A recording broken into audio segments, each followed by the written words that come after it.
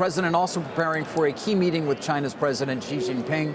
Earlier, U.S. Trade Rep Robert Lighthizer said he would be surprised if the dinner between the two leaders was not, quote, a success.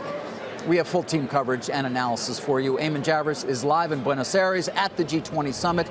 And with us on set, CNBC contributor Michelle Caruso-Cabrera.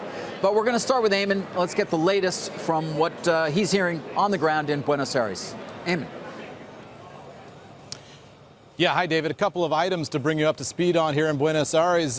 Just a couple of oddities here. A short time ago, we actually had a small earthquake here in Buenos Aires, a very low magnitude earthquake. We could feel the tremor here at our live shot position. The word we're getting is that it has no impact on the summit itself, but just something a little unsettling going on here this morning. Also unsettling, police here in Buenos Aires say that they have now found 8 what they're calling Molotov cocktail style devices in a car here in Buenos Aires near where the scheduled protests are going to be held. They've confiscated those devices.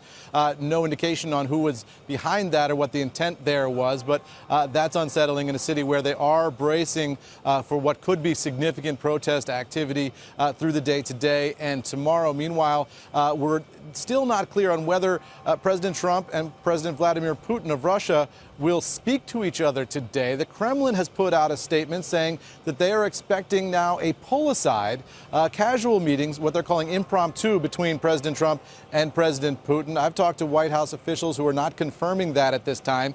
A White House official gave a statement to the pool reporters who are here saying that they can't confirm and there is no scheduled pull aside with Putin and Trump. The president arriving now at the site of the G20 summit itself, and they're expecting to do the family photo. We'll see all of the world leaders gathered for that, what is always a momentous event here. And we're seeing some of the leaders walking out now, David. Yeah, we're watching a picture, of course, Eamon, and you probably can see it, I think, as well, of the president entering the premises for the summit, the venue for the summit there, walking in. I mean, the key here, Eamon, is obviously going to be dinner, right? Tomorrow night. That's sort of the key meeting, right, isn't it? Yeah, absolutely. And so much attention and speculation being given to the role of Peter Navarro, the Trump trade advisor, the most hawkish figure on China inside this administration.